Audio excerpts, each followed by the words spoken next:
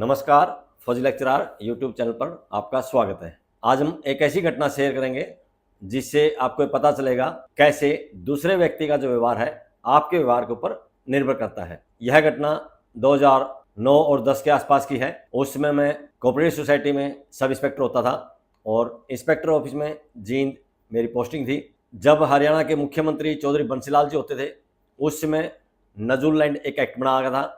उस एक्ट के तहत गाँव की कुछ ज़मीन को एससी कैटेगरी के लोगों को दिया गया था। सोसाइटी बनाई गई थी। सोसाइटी के जो मेंबर थे उनसे कुछ धनराशि सरकारी खजाने में जमा करवाई गई थी और बाद में वो जो ज़मीन है सोसाइटी के नाम कर दी गई थी। जो मेंबर थे उनके नाम चली गई थी। आगे जब मेंबर की मृत्यु होती गई, उनकी नॉमिनी के लिए फिर दिक्कतें आने लगी। जैसे जैसे ज़मीन की कीमतें बढ़ने लगी तो विवाद होने लगे। तो इसी तरह की एक सोसाइटी थी, जींद के पास एक गाँव है, वहाँ की सोसाइटी थी। उस सोसाइटी में आपस में कुछ विवाद था। उस विवाद के कारण इंस्पेक्टर ऑफिस से उस सोसाइटी का रिकॉर्ड लेने के लिए इंस्पेक्टर और एक सब इंस्पेक्टर कोऑपरेटिव सोसाइटी से गए थे। साथ में हरियाणा पुलिस का एक जवान भी था। जो सोसाइटी का प्रधान था, उन्होंने रिकॉर्ड देने से मना कर दिया था। जब उनके साथ कहा सुनी हुई तो क्योंकि सोसाइटी SCLO थी, उसमें सभी SC कैटेगरी के लोग थे, तो प्रधान भी SC था। तो उसने जो कोऑपरेटिव सोसाइटी का इंस्पेक्टर था, कोऑपरेटिव सोसाइटी का जब सब इंस्पेक्टर था और हरियाणा पुलिस का जो बंदा था, उनके ऊपर SC/ST एक्ट लगवा दिया था। जिस कारण से इंस्पेक्टर ऑफिस वाले और AR मतलब असिस्टेंट रजिस्ट्रार कोऑपरेटिव सोसाइटीज, उस दफ्तर के सभी बंदे उससे डरते थे। जब मैं जींद पोस्टिंग आया तो उस समय उनका कोई विवाद था सोसाइटी का और जींद AR ने उसके खिलाफ फैसला दे दिया था, अध्यक्ष के खिलाफ। फिर उस अध्यक्ष ने DR की कोर्ट में केस डाल दिया था, रोहतक DR के। वहाँ से भी सोसाइटी के अध्यक्ष के खिलाफ फैसला आ गया था। उसके बाद उस अध्यक्ष ने हाई कोर्ट में केस फाइल कर दिया था। तो हाई कोर्ट ने कहा कि आप पहले रजिस्ट्रार के पास जाइए कोऑपरेटिव सोसाइटीज, उसके बाद हाई कोर्ट आइए। रजिस्ट्रार ने अध्यक्ष को भी और जितने उसके मेंबर थे सबको नोटिस देकर बुलाया था और वह नोटिस DR के माध्यम से AR जींद के पास आया था। AR जींद से उसको सर्व करना था सोसाइटी के सभी मेंबर के पास और प्रधान के पास भी। जैसे ही वो नोटिस जींद AR ऑफिस में आया, वो सोसाइटी एक दूसरे बंदे के अंडर में थी, दूसरा सब इंस्पेक्टर था, डरपोक किस्म का व्यक्ति था। जैसे ही पता चला कि फलानी SCLO सोसाइटी के नोटिस दे के आने हैं, उसको उस घटना का पता था कि पहले ही एक इंस्पेक्टर और सब इंस्पेक्टर और पुलिस के जो सिपाही था उसके ऊपर SC/ST एक्ट लगवा रखे हैं, कोर्ट में केस चल रहा है। तो बंदा बुरी तरह से घबरा गया। मैं ज़्यादातर दफ्तर से 10-11 बजे फील्ड के काम के लिए निकल जाता था, क्योंकि कोऑपरेटिव सोसाइटीज में जो सब इंस्पेक्टर का काम है ज़्यादातर फील्ड का काम होता है। तो अगले दिन जैसे ही मैं आया, हमारे इंस्पेक्टर ऑफिस में जो क्लर्क थी, उन्होंने मुझे कहा कि सुरेश, फलानी सोसाइटी का SCLO सोसाइटी के नोटिस हैं, वो देख रहे हैं। मैंने कहा मैम, वो सोसाइटी तो फलाने बंदे के अंडर में आती है, तो वो उसी का काम है, ये वही दे के आएगा नोटिस। उसने कहा कि वो बंदा 2 दिन के लिए छुट्टी लेके चला गया, उसका कुरुक्षेत्र कोई जरूरी काम था। जबकि बाद में मुझे पता चला कि वो डर गया था नोटिस देने से। उसको ये था कि जैसे वो प्रधान के पास जाएगा, प्रधान कहीं उसके ऊपर भी SC/ST एक्ट न लगवा दे। इस कारण से डर के मारे वो 2 दिन की छुट्टी ले गया था। और जो क्लर्क थी उसी ने कहा था तू 2 दिन की छुट्टी ले जा, सुरेश को मैं बोल दूंगी, वो नोटिस दिया आएगा। मुझे उसमें इस बात का पता नहीं था। फिर वैसे भी नोटिस तो देना ही था, तो मैंने कहा ठीक है, उनके आते पते बताइए, उस गांव में किस साइड में उनकी लोकेशन बताइए कहाँ है। तो AR ऑफिस वाले ने मुझे बताया कि जो इसका प्रधान है उसका नाम लेकर कहा, ये बंदा तो नोटिस लेगा नहीं, क्योंकि AR ऑफिस से या इंस्पेक्टर ऑफिस से कोई भी अगर डाक जाती है, स्पीड पोस्ट जाती है या रजिस्ट्री जाती है, उसको भी लेने से मना कर देता है, वापस लौट कर इधर ही आ जाती है। मैंने कहा कोई दिक्कत नहीं, वो मेरा काम है, उनको नोटिस कैसे देना है, आप मेरे को उनकी लोकेशन बता दीजिए। उन्होंने रफली लोकेशन बताई थी। तो जिस गांव में वो सोसाइटी थी या जिस गांव में प्रधान था, उसी गांव से मेरे घर पर दूध देने के लिए एक बंदा आता था। मैंने उसके पास फ़ोन किया और उससे पूछा कि आपके गांव में इस नाम का बंदा है क्या, SC मोहल्ले में? उसने कहा हाँ है। तो बोला वो तो बड़ा खतरनाक आदमी है।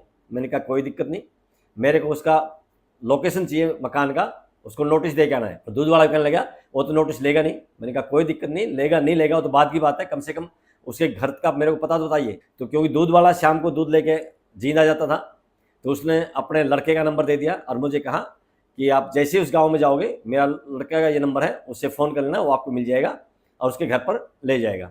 शाम को 5 बजे के बाद मैं उस गाँव में गया, क्योंकि दिन में ज़्यादातर लोग मिलते नहीं हैं। तो उस लड़के के साथ गया, लड़के ने उसका घर का पता बता दिया, उसके घर पर पहुँच गए। और जो अध्यक्ष था जिसका विवाद चल रहा, जिसने SC/ST एक्ट लगवाया था, वो भी वहीं पर घर पर मिल गया। मैंने उसको कहा, बुजुर्ग आदमी था, आर्मी से रिटायर था। मैंने कहा अंकल जी नमस्ते। उसने कहा भाई नमस्ते। मैंने कहा मैं एक सरकारी नुमाइंदा हूँ, सरकार ने एक चिट्ठी दी है, वो चिट्ठी मैं आपको देने आया हूँ।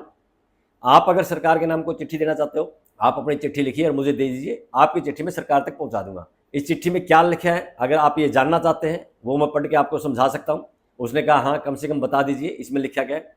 मैंने कहा आपकी सोसाइटी का कोई विवाद है? उसने कहा हाँ।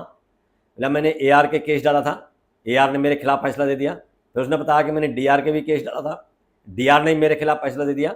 तो उसने कहा कि आगे मैंने हाई कोर्ट में केस डाल दिया। तो मैंने कहा जब आपने हाई कोर्ट में केस डाला तो हाई कोर्ट ने कहा कि DR के बाद रजिस्ट्रार की बारी आती है, उसके बाद हाई कोर्ट की बारी आती है। आपने रजिस्ट्रार को बाईपास करके हाई कोर्ट में गए हैं, इसलिए हाई कोर्ट ने कहा पहले आप रजिस्ट्रार के पास जाइए, जब रजिस्ट्रार से भी आपको न्याय नहीं मिलेगा उसके बाद हाई कोर्ट आना है। अभी रजिस्ट्रार ने आपको भी, आपकी सोसाइटी की जो प्रबंधक कमेटी है उसके जो सदस्य हैं सबको नोटिस दिया है और इतने इतने तारीख को आपको वहाँ रजिस्ट्रार ऑफिस में पंचकुला जाना है। तो मैंने कहा ये आपकी चिट्ठी ले लीजिए और ये हमारी ऑफिस कॉपी है, इस पर दस्तखत कर दीजिए। उसने वो चिट्ठी ले ली, यानी कि नोटिस ले लिया और हमारी जो ऑफिस कॉपी थी उस पर साइन कर दिया। मैंने फिर उससे कहा, मैंने कहा कि चाय पानी नहीं पिलाओगे? जाते ही उन्होंने पानी तो पिला दिया था। तो मैंने उससे कहा कि चाय नहीं पिलाओगे? उसने कहा क्यों नहीं पिलाएंगे। चाय बनवाई, उसके घर चाय पी, आराम से बातें की। फिर जितने भी उस सोसाइटी के प्रबंधक कमेटी के जो सदस्य थे सबका मैंने कहा पता बताइए, ये बच्चा मेरे साथ में, इसको बता दीजिए कि इसकी साइड में मकान पड़ेंगे, क्योंकि उनको भी नोटिस देना है। उनके सबके उसने पते बताए प्रधान ने और सबके घर जाके मैंने नोटिस दे दिया, क्योंकि वापस आते इसमें देर हो गई थी। 5 बजे के बाद तो मैं गया था। अगले दिन सुबह जाके AR ऑफिस में जैसे ही मैंने वो नोटिस की कॉपी दी, मैंने कहा लो जी सबको नोटिस सर्व करवा दिया है। उन्होंने देखते ही सबसे ऊपर उस बंदे का नाम था जो अध्यक्ष था, उसका दस्तक देखते ही, नाम पढ़ते ही उन्होंने कहा कि इस बंदे ने दस्तक कर दिए। मैंने कहा हाँ कर दिए। बोला ये तो बड़ा खतरनाक बंदा है, इसने तो हमारे एक इंस्पेक्टर पे, एक सब इंस्पेक्टर पे SC ST एक्ट लगवा रखा है। मैंने कहा कोई न कोई विवाद हुआ होगा, इन्होंने भी ठीक से व्यवहार नहीं किया होगा। मैंने कहा मेरे साथ तो बिल्कुल अच्छे से व्यवहार किया है, मैंने जाते ही नमस्ते किए, उन्होंने नमस्ते लिए, चाय पिलाई उन्होंने मेरे को। तो इससे ज़्यादा अच्छा व्यवहार क्या करा। हमारी सोसाइटी के जितने जो दूसरे प्रबंधक कमेटी के बंदे थे उन सब के पते भी उस बंदे ने बताए हैं। बोला आपके साथ तो बड़ा अच्छा व्यवहार किया। मैं क्यों नहीं करेगा, हमने उनके साथ अच्छा व्यवहार किया। बुजुर्ग आदमी था, उम्र में मेरे से बड़ा था, मैंने अंकल बोल के नमस्ते बोल दिए, तो उसमें मेरा क्या कम हो गया। तो जब मैं किसी के साथ अगर रिस्पेक्ट से बोलूँगा तो सामने वाला ही मुझे प्यार से बोलेगा, सीधी सी बात है। उसके बाद जब भी वो कहीं मेरे को रास्ते मिलता तो मेरे को दूर से बोलता इंस्पेक्टर साहब नमस्ते। उसका लड़का भी जानने लगा था, वो भी दूर से बोलता इंस्पेक्टर साहब नमस्ते। बाद में जो उसका केस था, यहाँ लोकल कोर्ट में भी केस चला था, वो भी एक मेरा दोस्त है, उसके माध्यम से उसका डला था, वकील है। तो इस तरह से आप देख सकते हैं कि आपके जो व्यवहार है, आपके व्यवहार के ऊपर सामने वाला का व्यवहार काफ़ी निर्भर करता है।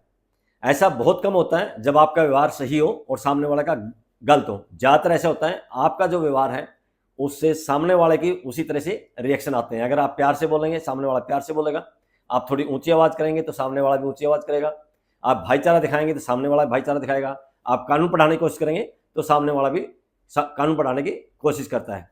ऐसा बहुत कम मामले में होता है जहां आप बहुत पोलाइट हो, बड़ा भाईचारा दिखा रहे हो और सामने वाला बड़ी ऊंची आवाज़ में बात कर रहे हो या कानून पढ़ा रहा हो। आज की इस वीडियो में बस इतना ही। वीडियो अगर पसंद आई हो तो लाइक कीजिए, दोस्तों के साथ शेयर कीजिए। इसी तरह की सच्ची घटनाएं देखने के लिए चैनल को सब्सक्राइब कीजिए। बहुत बहुत शुक्रिया, धन्यवाद, जय हिंद।